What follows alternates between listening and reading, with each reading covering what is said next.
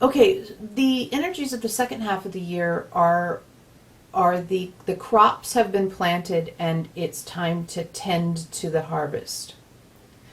And tending to the harvest isn't harvesting, right? We're tending to the crops, tending to the harvest, being mindful of the growth and needs of the crops that you have very diligently prepared the soil. We talked about this last time. Very diligently prepared the soil.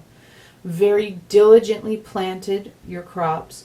Very diligently watered and tended them. And now that they're sprouting, they require a completely different kind of care. And a lot of times when the crops have been planted and sprouted and they're in the completely different type of care phase, this is a time when you have less work to do. If you're a gardener, you know this, right? You go out, maybe you do some pest control, make sure it's getting proper water, maybe it needs a little fertilizer or something along those lines. Sometimes there's a weed or two that's trying to encroach that you need to navigate and deal with. But in general, this is the time when you get to sit in your lawn chair and admire your green and growing things while drinking something cool and enjoying the cooling of the evening.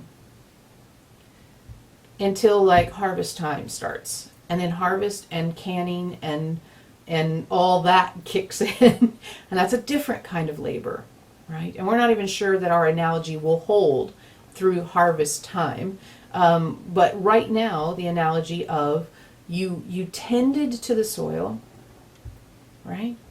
You plowed the soil. That's all the surrender of personality stuff we've been doing, and now the transformational experience of all those seeds sprouting and the little shoots coming up out of the ground and growing vigorously and starting to fruit and flower, that phase, that tending to the garden phase, and enjoying the transformational effect of your labors, enjoying the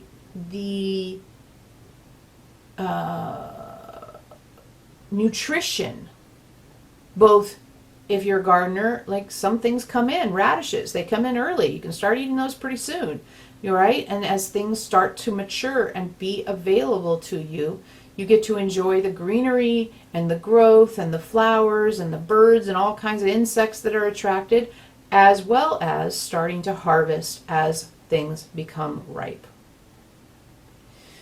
And in this, what we're referring to specifically is harvesting the body gets it last stuff that we've been talking about and emphasizing over the last few meetings. You're harvesting the body gets it last. Where in some places, body gets it last will be much easier, like radishes, and some places, body gets it last might be a bit more challenging, like eggplant. Ever try to grow eggplant? Or something like artichokes, or leeks that take really long time. We like this gardening analogy. We think it works.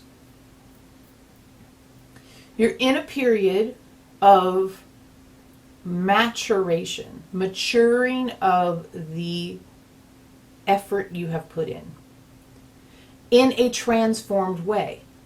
So it's not more of the same. You don't have to keep tending the soil when it's time to tend the growing crops, right? Ow, cat just scratched us. What's that about?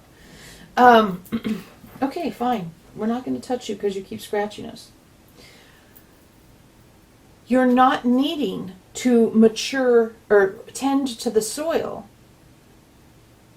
You're not needing to till the soil because the plants are growing in that soil now. You're needing to attend to their evolution. So it's a bit like the butterfly, or the caterpillar and the butterfly, right? The caterpillar is coming out of the chrysalis. This isn't the time you make the chrysalis. This isn't the time you caterpillar around. This is the time you start living as a butterfly. You're not flying around doing butterfly stuff. Not yet. You're doing oh my God, I used to be a caterpillar and all of a sudden I have to come out of this little tight space and I'm actually a butterfly now. And that is quite a thing. That is quite a thing. And that's the phase you're in.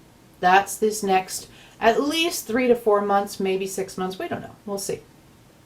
The holiday season always is a little strange energetically, so maybe there'll be something more going on then. But right now, for the spring and summer, which is a really good time because this is what happens in the garden in the spring and the summer, at least around here, is enjoying the fruits of your labor as they come into ripeness. And ripeness in this case means visceral accessibility. Right? Visceral accessibility. Not notions, not ideas, not something we just talk about, but visceral accessibility to the transformed state, the vastly changed state that we've used that language before. So, what do you do in that space? You be steady. There's a super steadiness that's being invited here. Steadily engaging with what got you here, right? Even in the gardening example, you have to pay attention when the garden is fallow. You pay attention when you're tilling. You pay attention when you're planting. You pay attention when things are sprouting. You pay attention when things are growing. You're still attentive. You're just attentive to different aspects of the process. So that's where we are now. You're attentive to new aspects, vastly changed state. That's what's going on. So you continue to be attentive. You allow for things to grow and change. Be patient as they grow and change, right? It never works to pull on the petals of the rose to try to get it to bloom. That's not how things work. And if it does, you're not going to end up with what you could have ended up with if you just let timing unfold.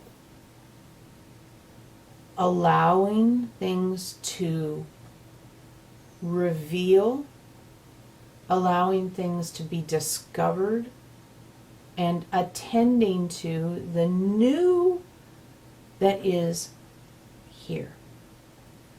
Again, not trying to control it. That would be pulling on the petals, right? You're not trying to control it. You're not trying to grab that butterfly and rip them out of the chrysalis. You're allowing the unfolding while attending and paying attention to the birth of it all. And being available for things to be vastly different, disorienting uncertainty, without re-engaging personality as a way to navigate it. This is the gift you give yourself, is you allow for the unfolding without looking for personality to re-engage. You're in the field of infinite possibilities. You're in delight and discover. You're in experience and explore. You're on the ride at Disneyland, in the awe of the kid on Christmas morning. All of those ways we've come up with to explain the way you're present to the unfolding. And sure, sometimes the unfolding is going to challenge you because it's so different. Sometimes the unfolding is just going to blow your mind because it's so different. Sometimes the unfolding is going to feel like the biggest duh that ever was a duh. And even that is because it's so different. Duh is a different state than non-duh, right? Allow yourself to experience the unfolding. Allow yourself to notice the unfolding, right? That's the third arm thing we've been talking about. If you grew a third arm, we'd have to remind you to use it. Here's your reminder. Unfolding is the life version of something has really changed, but if I don't actually engage with that change, if I don't actually use that change, it doesn't matter if it changed or not. It's just another thing to have around unless I actually engage with it.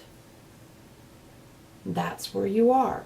this period of time, maybe 4 months, 5 months, is about engaging with the vastly changed state, engaging with the transformation and unfolding, engaging with the big B body's revised experience, engaging with body gets it last, engaging.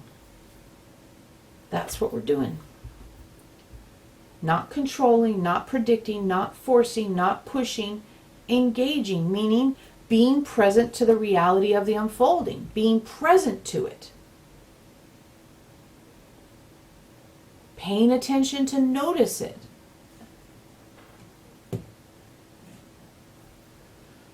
Treating it like the precious, special thing that it is.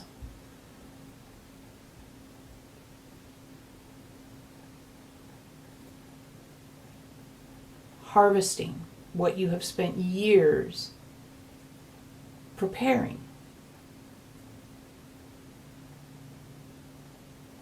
Okay, any questions about that?